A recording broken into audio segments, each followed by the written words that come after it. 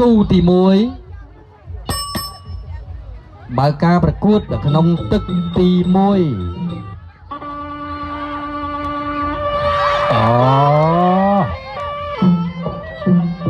បន្តការប្រកួតបញ្ចូលមួយដៃទាត់ពីក្រហម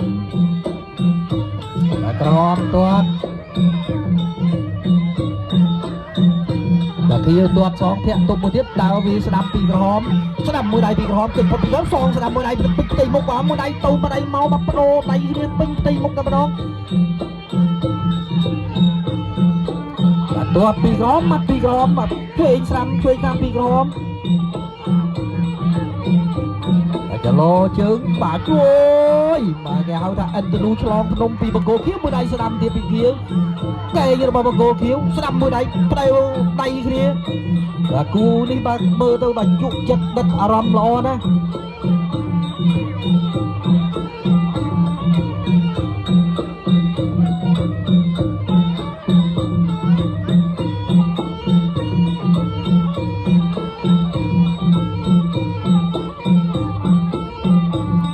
ទាត់ពីបង្គោលខៀវ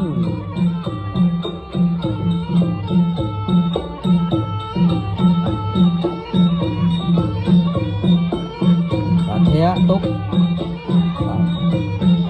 បង្គោលក្រហមនេះជាយាមចេញអាវុធដែរប៉ុន្តែបើចូលរបាំងការពារបង្គោលខៀវពីពាក់ទាត់ហើយកាត់ទាត់ម៉ាត់មួយទៀតសងមួយដៃពីក្រហមវិញ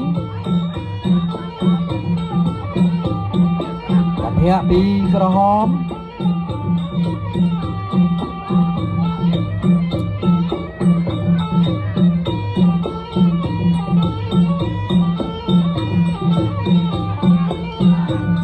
ទុំមួយពីក្រហមមួយពី